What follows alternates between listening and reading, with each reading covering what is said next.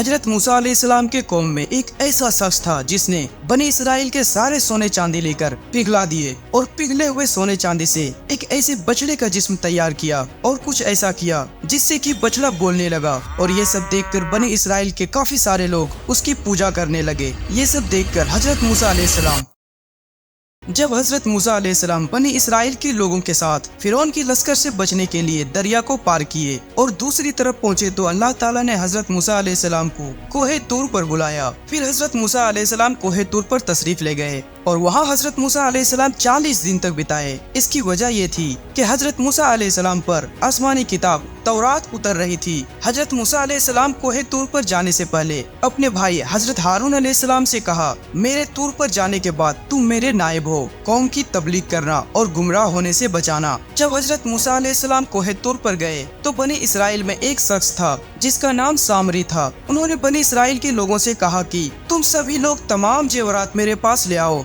जो तुमने मिस्रियों से उधार लिए थे और फिर वापस ना कर सके। बनी इसराइल के वो सारे लोग जिसके पास सोने चांदी और जेवरात थे, वो सारे लोग अपने सोने चांदी और जेवरात लाकर सामरी को दे दिए। फिर सामरी ने सभी सोने चांदी को पिघला दिया और एक बछड़े का जिस्म तैयार किया और फिर अपने पास से एक मुट्ठी मिट्टी निकाला और बछड़े के मुंह में डाल दिया, जिससे कि सोने और चांदी से बने बछड़े से आवाज आने लगी, बिल्कुल उसी तरह जिस तरह एक जिंदा बछड़े की आवाज आती है। फिर सामरी ने लोगों से कहा कि ऐ लोगों, यही हम सब का रब है और हजरत मूसा अलैहिस्सलाम का भी रब यही है। मूसा अलैहिस्सलाम अपने रब की तलाश में कोहे तूर पर गए, लेकिन रब तो हमारे पास यही मौजूद है। सामरी की इस बाकाबे में आकर बनी इसराइल के काफी सारे लोगों ने बछड़े की पूजा शुरू कर दी। हालांकि हजरत हारून अलैहिस्सलाम ने यह सब देखा तो बनी इसराइल के लोगों से फरमाया कि ऐसा ना करें, ये तो गुमराही और शिर्क का रास्ता है। हजरत हारून अलैहिस्सलाम के मना करने के बाद उनमें से कुछ लोग हजरत हारून अलैहिस्सलाम के बात मान लिए, मगर बाकी लोग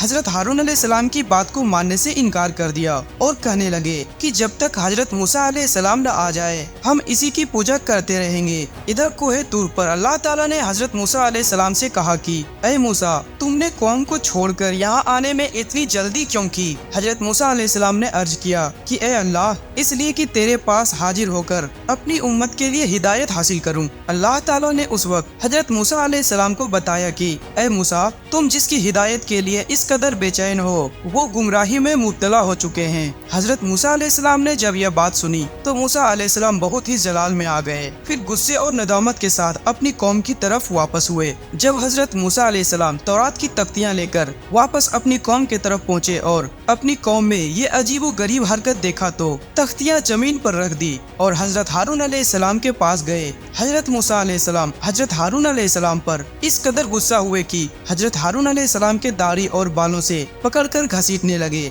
और डांट कर कहने लगे कि क्या मैंने तुम्हें नहीं कहा था कि मेरे जाने के बाद तुम मेरे कौम के नायब हो, उन्हें गुमराह ना होने देना, तुमने इन्हें रोका क्यों नहीं? फिर हजरत हारून अलैहिस्सलाम फरमाते हैं, भाई मेरे तरफ से कोई खता नहीं हुई है, मैंने हर वक्त इन्हें रोकने की कोशिश की है, मगर इन्होंने मेरी एक भी बात ना मानी और कहने लगे कि जब तक हजरत मूसा अलैहिस्सलाम ना आ जाए हम तेरी बात सुनने वाले नहीं हैं। इन्होंने मुझे कमजोर पाकर मेरे कत्ल करने का इरादा तक कर लिया। जब मैंने ये हालत देखी तो सोचा कि अगर इससे लड़ाई की जाए तो पूरे कौम दो हिस्सों में बट जाएंगे और ईमान वाले और उनके दरमियान में लड़ाई छिड़ गए तो कहीं मेरे ऊपर ये इल्जाम न आ जाए कि आपके पीछे मैंने कौम में फूट डाल दी है, इसलिए मैंने खामोशी के साथ आपके आने का इंतजार किया। फिर हजरत हारून अलैहिस्सलाम फरमाते हैं, भाई आप इस कदर मेरे सर के बाल और दाढ़ी ना खींचें और दूसरों को हंसने का मौका ना दें। जब हजरत मूसा अलैहिस्सलाम ने हजरत हारून अलैहिस्सलाम की बात सुनी तो गुस्सा ठंडा हो गया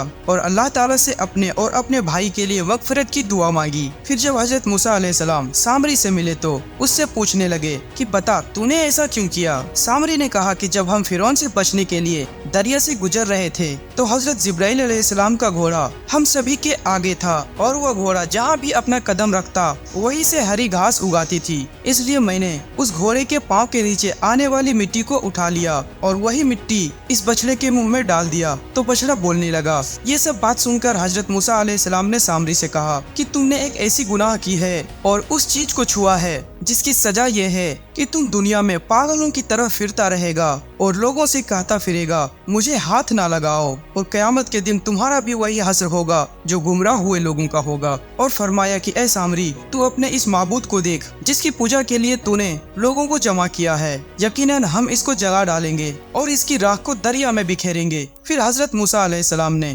बछड़े को जलाकर उसके राख को दरिया में फेंक दिया और बहते हुए पानी से अपने कौम के लोगों को कहा कि इस दरिया से पानी पियो। जितने भी लोग दरिया से पानी पिए और जो लोग बछड़े की पूजा में शामिल थे, उन सभी के होठों पर बछड़े की राख लग गए और उन सभी के होठ काले हो गए। इसके बाद भी हजरत मूसा अलैहिस्सलाम के साथ बहुत से वाक़यात पेश आए, जिसे आप सुनना चाहते हैं तो वीडियो को लाइक और शेयर जरूर करें, और हाँ, चैनल को सब्सक्राइब भी कर लें ताकि इसी तरह के वीडियोस आप सबसे पहले देख सकें। अगर आप हजरत अली की विलादत की वीडियो देखना चाहते हैं तो राइट वाले वीडियो पर क्लिक करें।